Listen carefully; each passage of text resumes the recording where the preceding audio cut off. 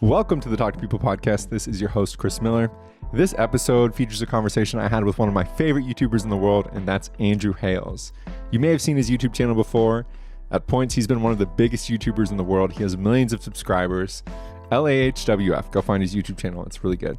He focuses on social experiments and conversations, which means he's super good at talking to people. He presents himself as this awkward introvert, but truthfully, he's a mastermind when it comes to interacting with people, especially breaking interaction with strangers, like breaking that silence. I was about to say violence, breaking that silence and initiating interaction with a stranger. I went on his YouTube channel probably a few months ago, and I was looking through the comments, and they were all positive. Really, he just does a good job at creating great community online. He's been doing it for over a decade. And we had a blast in this conversation. If this is your first time listening, watching, I'd love for you to like, comment, subscribe, leave a review, whatever you're doing for whatever platform that could help boost this. Remember, life is better when you talk to people. I hope you prioritize the people in your life. And without further ado, enjoy this conversation. Bow, bow, bow. My name's Chris. This is the Talk to People podcast. I'm here with Andrew Hales. You've been doing the Chatting With series. What inspired you to start that? I just like talking to people. I like it's really sustainable, and everyone's got a podcast. Yeah. So it's like, but I've always been curious about other people, and it's just something I feel like I can have fun, but also monetize, and I don't know. Yeah. I have a hard time with regarding preparation, because I do think it's important to honor the guest by having questions and having a general idea. But I also think most of the time people are more likely to resound with conversation they feel like is authentic. Yeah, there's definitely a balance. You don't want to sound like a robot reporter just spitting out question after question, and you want to mix in your personality somehow. But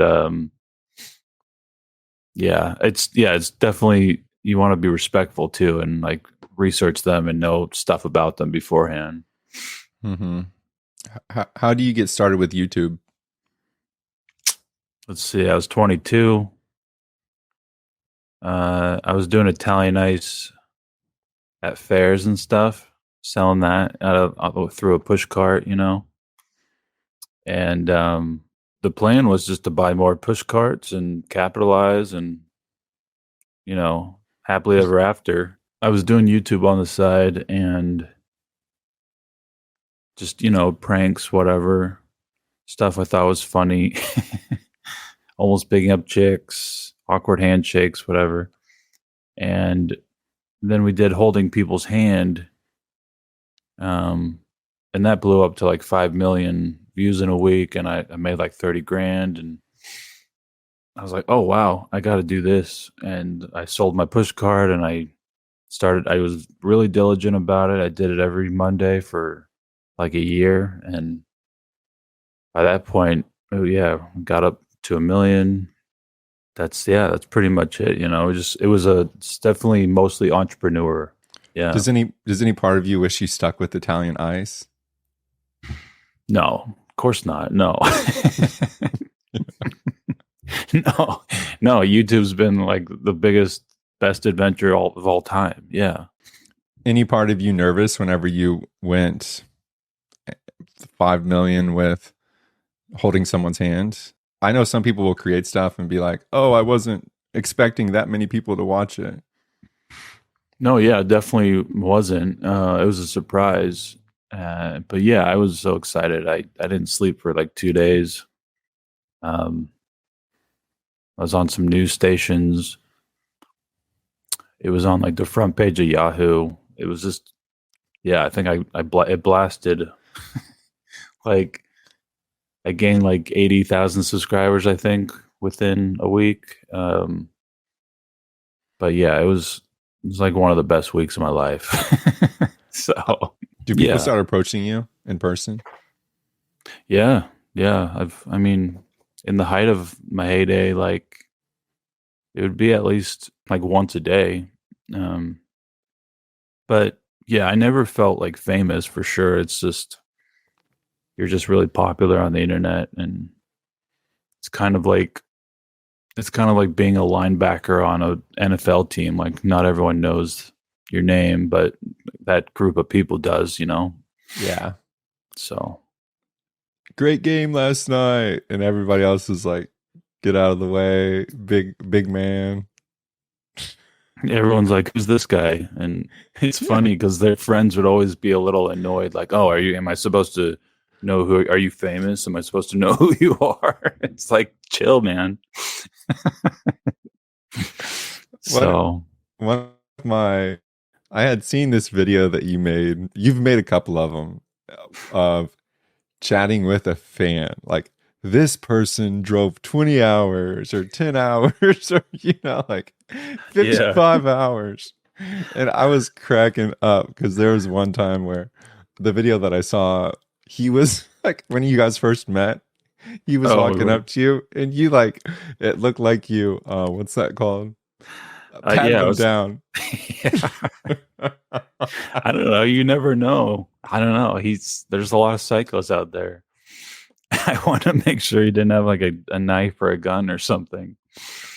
It's scary. I get paranoid. And maybe I've been watching too much true crime or something. I don't know. Yeah. I drove 50 hours to see this guy, and now I'm gonna stab him. I mean, no, I think there's been some stories of that, of like crazy fans like assassinating people and stuff like that. I don't know. Yeah, I have to look it up, but and then you all had the conversation, and he was giving you feedback about your content, and it's like, thanks, man. And some people are just they definitely like have this sense of entitlement or something, like like, hey man, I don't like it when you do this, and you should only do this, and I'm like, I'm sorry, and you can't please everyone, you know? Yeah. So. Because in some, this is just a question for a question, because I don't really, I'm just like entertaining things in my head right now. Do you feel a sense of obligation to the community to make certain content a certain way? Is there any of that, or is it mainly I'm going to create what I feel like creating? It's been mostly I just want to do what I want to do. Mm-hmm. But no, there's definitely times when I'm like, let's just give them what they want, and it'll be I need money focused, and but for the most part, I've been doing what I want to do. Like, I definitely don't recommend switching up the entire format of your channel at like 2 million subscribers that have subbed for pranks, so that's not like they're gonna teach. I'm gonna be a case study in universities 10 years from now on how not to do that, for your YouTube channel. Like, how this is what happened to this guy when you do that, like, here's my favorite prank channel, and it's chatting with someone who has Crohn's disease. Right. It's like you're gonna, but at the same time, I feel like I could, if you have a new vision that you feel like you can execute, and you have a new passion and love for something, then you grow and people change, and it's tricky. You don't want, if I kept doing the pranks and forcing myself to do them, they would have became very stale, Mm-hmm. But I don't know. The guy who may have had a gun, you did a few pranks with him, and one of my favorite things was you all were chilling, talking, and he's like, "Oh, I don't that." You did like a post-game interview with him, like, "Hey, how'd that feel?" Right. And he was like, "Oh man, like that was a lot." And you're like, "Yeah, exactly. Now imagine doing that for 5 years straight." Yeah, it's emotionally taxing. Like, it's a lot of people say, "Oh, it's hard to watch your videos sometimes. They're so cringe." It's like, yeah, like, try living it. Like, it's in real life. I'm definitely not immune to all those energies, of talking to other people and experiencing that embarrassment. Mm-hmm. So, Something I've wanted to do with my channel is to, like, whenever I have a conversation like this, to make it, and I've seen different people do this, like, the Jay Leno back in the day, like the late night show, or Jimmy Fallon nowadays, he has the conversation, but then he'll do a segment, and then it'll be potentially like entertainment, something like that.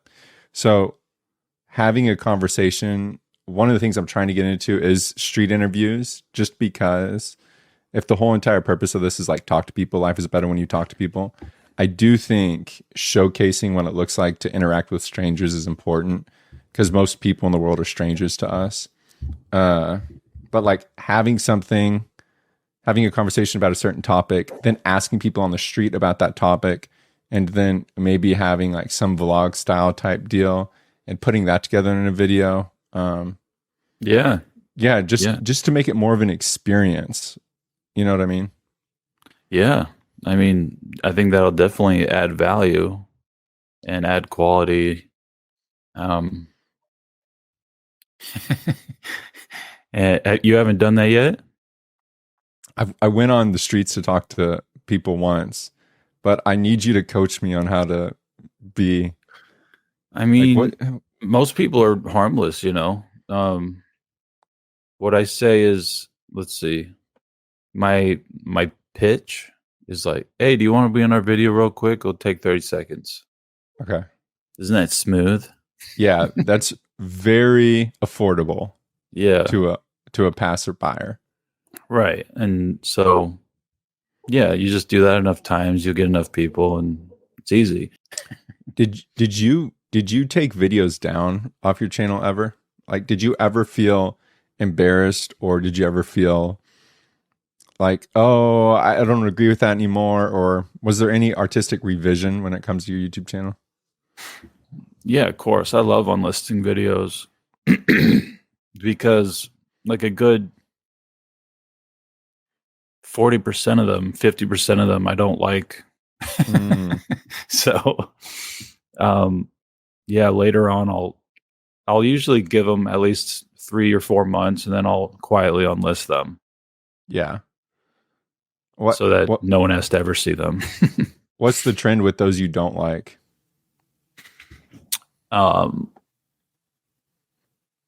It'll just be low quality. It'll be something I didn't have my heart into, and got low views, and the response is usually pretty meh. And it's like, might as well just make this one disappear, Poof, like Thanos. Poof. No one, yeah, Mandela effect. Right. I swear there was a video here about him talking about blank. Yeah. So, but I think, the internet's forever. So I think there's some websites on there where people can find stuff, whatever. So they relist your videos? Yeah, I've found some stuff. I found some sites where it's like some random Chinese site, and all my unlisted videos are on there. So that's incredible. Yeah, no, the internet's forever. And there's the Wayback Machine, which is crazy. I don't know. I don't understand that well. The way I understand it is, it just like takes a copy of everything on the internet. And it's like always doing that. And so you can go back to like 2007 and look at your MySpace page, and wow. I don't know. Not always, but yeah, it's pretty incredible. So say I were to post a picture of me in like a shirt I just got, but then the next week I take it down, I could theoretically go back to the Wayback Machine and still see the picture. I think so. Yeah. Wow. That is wild. All right, let's talk about humanity here. You've talked to a lot of people, particularly strangers. What do you find yourself most surprised by whenever you go out there on the streets and talk to people? There's always all this anxiety before filming a video for whatever reason. And then I'm always surprised when people are actually very nice and open, and none of my fears in my head came true. um that's about it. I mean, I guess, yeah, I'm just surprised that people are usually more nice than I think they are, and more patient, especially with a lot of the pranks. A lot of them are so patient just with my bullshit. Did you have people pull pranks on you for their YouTube? Yeah, I've had a few, very few and far between, but yeah. And they're just like, yeah, you inspired me, whatever. Like, it'll Yeah. be like at Venice Beach or something, which is littered with people filming all the time. Same with like Broadway now with Nashville. There's always like one or two guys with their cameras doing street interviews. It's like, it's getting competitive. Yeah. Mm-hmm. And what are your thoughts if someone said, hey, would you go film a social prank video next week? Oh, like with them to collab, you mean? Yeah, or just in general. Like, how would you feel about that? Would you be excited for it now? Yeah. I definitely have dreams of grandeur and making some big comeback with like pranks or something. I'm still chasing the dream. I think I always will. But I don't know. So, I mean, it depends on the person, but yeah, and my mood. Mm-hmm. Sometimes it's like, but yeah. Have you seen a big, like, I'm totally new to like a few months ago they started paying me ad revenue, so I'm totally new to this. Hell But yeah. yeah, what's been the change with ad revenue? Like, I know you said 30 grand for that for that first, did you say 5 million views? Yeah, I got about 5 million, but that blew up like my previous 10 videos. It was like a 10 million month of views. Wow. So, yeah, I think the CPM was definitely higher back then. And those were short videos too, like minute 30 seconds. Mm-hmm. And nowadays, anything under like 5 minutes is going to be like 50 cents per 1,000 views, I think. But yeah, there's a lot of different factors with the AdSense. Like, finance videos do make like 10 times more money because the ads that are more expensive on them in that market, Yeah, the viewership has money. Yeah, that, and like the commercials paying for whatever on those types of videos are more expensive. Longer videos make more money because, yeah, I mean, you understand that. Like, if it's longer than 8 minutes, you can actually physically put in more ads. Yeah. But I just have YouTube do that like automatically where they think they should or whatever.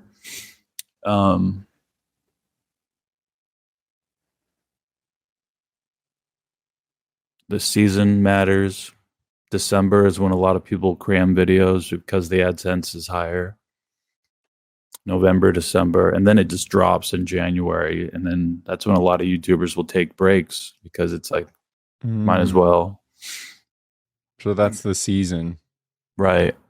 Off season's the new year. With your body of, you have like the large library. Is your channel pretty self-sustaining from videos that you've made years ago? Do you still see revenue from those? Yeah. Yeah. That's a great thing about YouTube. A lot of it's very passive, especially if you can make some evergreen videos that keep growing and find that spot in the algorithm where they keep getting 100,000 views every month. Yeah, I'd still say it's pretty solid. Which videos are you most proud of? my self-deprecating rap video, I worked really hard on that. And I think I'm proud of it because it's like it was creative. It's like one of the few that I could, you can definitely say it was creative. Mm-hmm. Interviews aren't, they're not necessarily creative. They're more like on the journalist side of things. Wait, what? Yeah, awkward laughing. That's a favorite prank of mine. Have you seen that? Well, I don't know if I have. Do you just go and, or while people are talking to you, do you laugh at like weird moments? Yeah, something like yeah. I didn't really. What did I say? I'm like, hey, I'm Andrew Hales. This is laughing when you're not supposed to. Oh gosh. Yeah, and so I feel like that one came out really good. Um, confessing things to people mid conversation. Are you generating these ideas while you're chilling in the shower, or does it get to a point to where you've created a flywheel? Like people are putting ideas left and right, and then you just cycle through them and pick out. Uh, yeah, there was a time when I had a long list of stuff I was planning on doing, but yeah, mostly I'm in the shower, hanging out with friends. Yeah, ideas they come out of nowhere when you least expect it, and you just have to be sure to write them down. Yeah. And now there's these documentary videos, the downfall of law for the spiral of law, right? Like, But yeah, I got like three different ones. It's awesome. so seeing this narrative, like, what is all, like, I haven't been there. And this is the beauty of talking to people is I get to be able to like hear from you because you've experienced something different from me. So like, what's that like experiencing these videos where they're talking about your downfall publicly? It was like super scary at first. I was like, "Oh no!" I thought I was getting canceled for a second. Like I don't know, but luckily, most of them were pretty nice about it. Mm-hmm. Pretty much just the gist was like, "Oh, he partied too much and he's broke now," and blah blah blah. And I was like, "Okay, great." Like that's not that bad, I can still make a comeback, and it was also kind of flattering because it's like, especially from when Sunny V did something on me, it's like, man, I got big enough that Sunny V did something about me. Right. Yeah, so it was kind of like an ironic trophy in a way. I don't know. Yeah. It's like, I mean, it's a documentary about you. Yeah, so it was kind of um flattering in a weird way. What's also kind of cool is, and this was totally accidental, but it kind of blended in with the Fight Club kind of thing, where it's like losing all hope was freedom, and throwing your commercial, or I mean your career away, kind of thing. Yeah. And I was kind of like living this Tyler Durden character Right. as a poor man working at Taco Bell. But no, I'm definitely ready to get rich again. Come on, Billy. Do you What's hear Billy that? barking at? I don't know. You probably got someone walking in front of the yard. Yeah, it's fine. Sorry, what were we talking about? Did you ever go play basketball? I tried out for the team like sophomore, junior year. I never made it. I'm talking that local basketball at. Oh, I did. I went there and no one was there. No. Yeah. So, yeah. And you haven't gone back. No one was there for some reason. It's just one of those days, I guess. But yeah. Do you think the sign's actually still up to date? Like, do you think they still play basketball? I have no idea. Yeah. I just haven't kept track of that. Yeah. I haven't been really shooting hoops a lot lately. It's been so hot. I might do that today though. It is so hot. So is basketball your favorite sport? Yeah. I To mean, play? next to skateboarding, but that's not really a sport. Yeah, I'd say basketball is my number one sport. for Okay. sure. Did you play soccer this morning? Yeah. Nice. Yeah, I did. We had 10 guys or 8 guys, so it was a small group, but it was still fun. We got a guy who showed up who used to play professional soccer, and whenever he plays, it's very clear that he's tapping into like 10% of his tank. So that's an Hmm. interesting experience, right? Like you got the guy who works as a aeronautical like factory inspector. He works in a factory and is inspecting pieces of an airplane, and he Hmm. has to go against a professional before he goes to work. Oh, wait a minute. He goes against a professional. Soccer player because he comes to soccer too. Right. Yeah. So we have all of these guys, like a factory worker, a doctor, a pastor, you name it.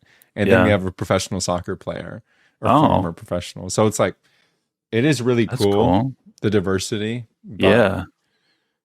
it's one of my best communities. Like, I've been trying to do things the past 2 years that are more entrepreneurial. I was working this corporate job and I quit because it was so much travel and my wife and I were getting married. And it was just tough, man. I'd be in the hotel room. I didn't want to, I'd be like playing video games for like hours just by myself. There's a lot of stuff that were negative to me, Mm-hmm. but I was so lonely. But like during the day, I'd be in the suit and tie, and but I was away from everybody. I worked for like at military bases, so military bases are always in the middle of nowhere, and there was no one around. It was during COVID, Mm-hmm. so that was certainly a tough season. So I quit, and I told my wife like, "Hey, I'm going to start looking for the next thing." But then I started podcasting, and my mom, she like got sick, and there were things that happened that I was like, "Okay, I need flexibility."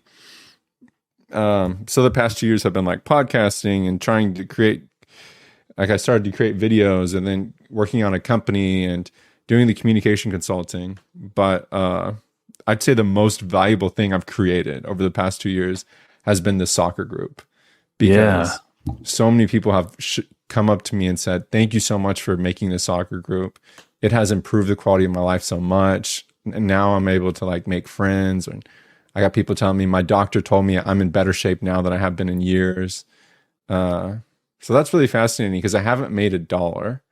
I haven't gotten a view, but the impact is crazy. Yeah. I mean, if you can like,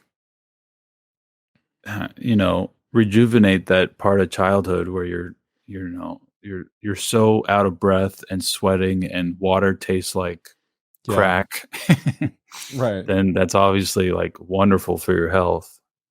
And I'd love to. I need to figure that out and find like a group that I can play with. Would you consider creating one? Yeah. You didn't use an app? I have GroupMe, but initially That's what right. I That's did, right. if you go to morningsoccerpickup.com, um, it's, I'm sharing my screen real quick, but I just made this website on Canva. Uh, Hmm. and let me put it over here. And all it is, window. Oh, that's tight. I don't know if Riverside can do this. Yeah, right. Check it out. I can put us down here, or I Yeah. can put us up here. Um, Wow. but play soccer before work. There we are. Morning soccer pickup every Monday, Wednesday, Friday, 5:45 a.m. at Rock Chalk Park in Lawrence, Kansas, free to play. So Whoa. You made this website? yeah, What just like, happens if too many people come? then we keep breaking it up. So we do like 6v6, because this area right here um is, it's got the coolest field, man, in Lawrence, Kansas. Uh Rock Chalk Park turf field. Oh, Sports Pavilion is what it's called. Sports Pavilion.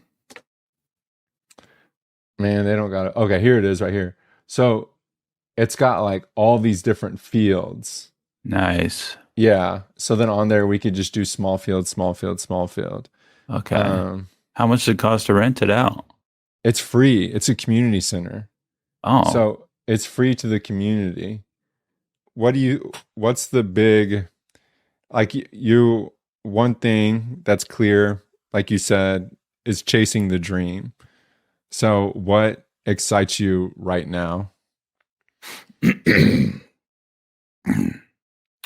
making videos that people like, or making great content that people love, that gets a really great reaction from people. And feeling like I'm doing my job as a entertainer, Mm-hmm. That's probably the best feeling. How about you? I'd like to one day get really good at a little bit of what I was alluding to, almost like a late night show, and being able to Yeah. have that. And I feel like YouTube could be a good platform if I could figure it out, of capturing the conversation, but also showcasing what it looks like to talk to people, and maybe having a few moments in there where I can actually help people and be like, hey, it's okay to be stressed. Like lately I've been pretty stressed and I feel like it's hurt my content. Like, because my Yeah. creativity, how about creativity is a bit more personal rather than content? It's just dampened my creativity. Yeah.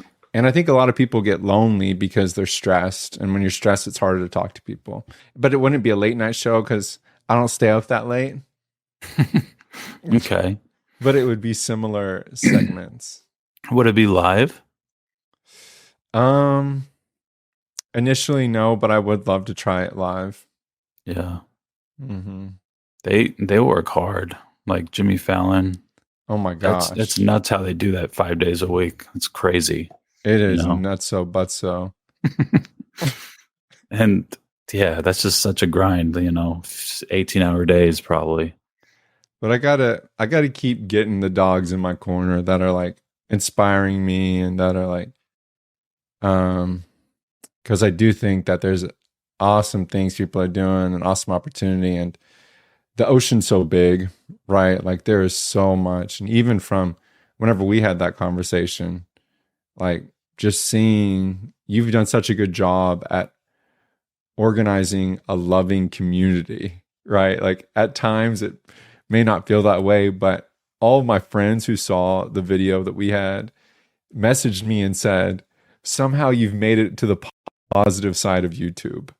Like the comment section was like really positive. Yeah, they loved you. Mm-hmm. Sometimes they just go really well. And I think what helped a lot too, I mean, is just you had a great mic and you had a great microphone. A lot of my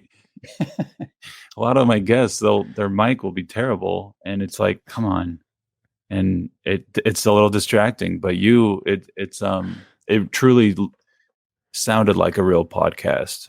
Yeah. So that helped a lot too. Yeah. But they also just loved you. Well, and just seeing how like the community you've built, and sure, there's haters or fans or you know it. Human nature. Human nature. But the fact, like the thing that I kind of love about your artistic resume is like you create what you want to create. And I think at times that can be really helpful if, I don't know, like you said, the algorithm's on your side, but at other times it isn't. But thanks. Yeah. I mean, I pride myself in having a little bit of artistic integrity and not pandering too much. But yeah, at the end of the day, it's like, as long as it's good and you like it, that's really all that matters. And it's something that you would watch yourself. That's pretty much the golden ticket, the golden rule of entertainment is just to make stuff that you would watch yourself or listen to. Well, we're doing it. You're doing it. I end every podcast. Here we go. I end every podcast with the same question. All right. Oh boy. It's a two-folded question.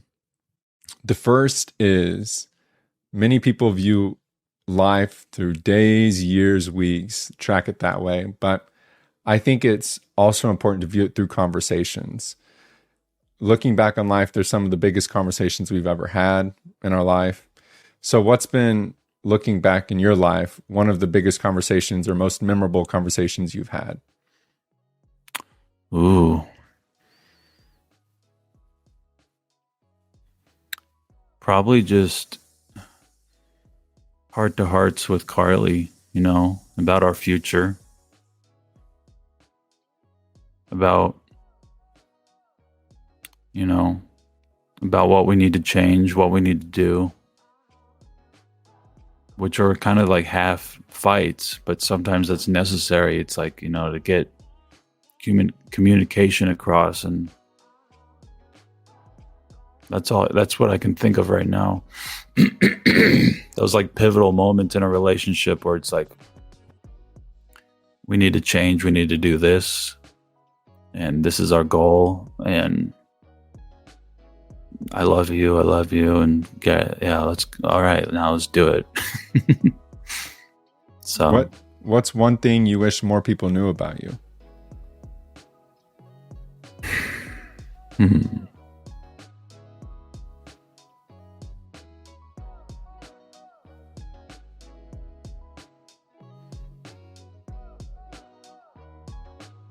Well, that's tough because I do share a lot online.